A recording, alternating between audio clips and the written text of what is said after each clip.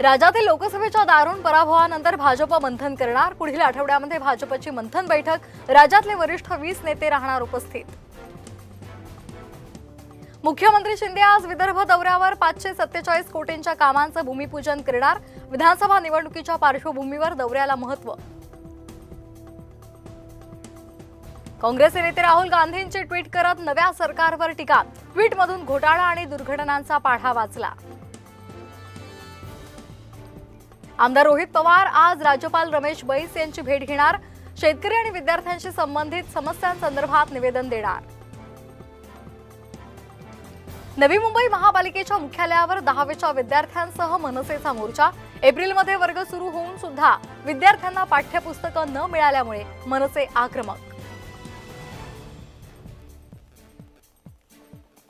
मुंबईमध्ये नवीन इमारतींमध्ये 50% घरं मराठी लोकांसाठी आरक्षित ठेवा।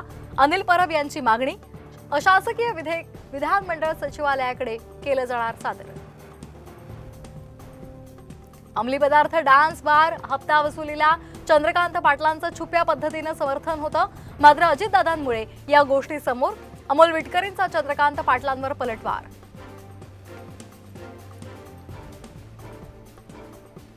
जर कार्यालय मिळालं नाही तर जिल्हाधिकारी कार्यालयामध्येच माझं कार्यालय थाटेन। अमरावतीचे खासदार बळवंत वानखेडे यांचा इशारा। छत्रपती संभाजीनगरात डॉक्टर रमेश तारक यांच्या तोंडाला काळं फासलं। जरांगींच्या उपोषणाला विरोध केल्यामुळे झुंजार छापा संघटनेचे कार्यकर्ते आक्रमक।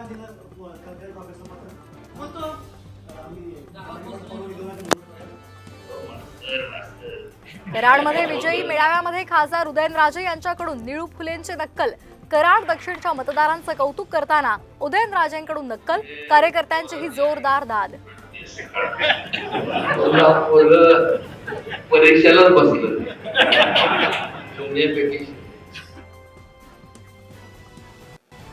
कोल्हापुरातल्या हुपरीमध्ये रागाच्या भरात तरुणाची 3 दुचाक्यांना धडक। दुकानाच्या दारात बसायला न दिल्यामुळे तरुणाचं कृत्य। जमावाकडून तरुणाला चोप।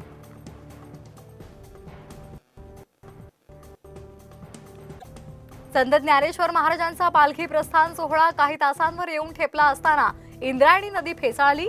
वारंवार केल्या गेलेल्या मागणीकडे सरकारचं दुर्लक्ष। वारकऱ्यांचा संताप।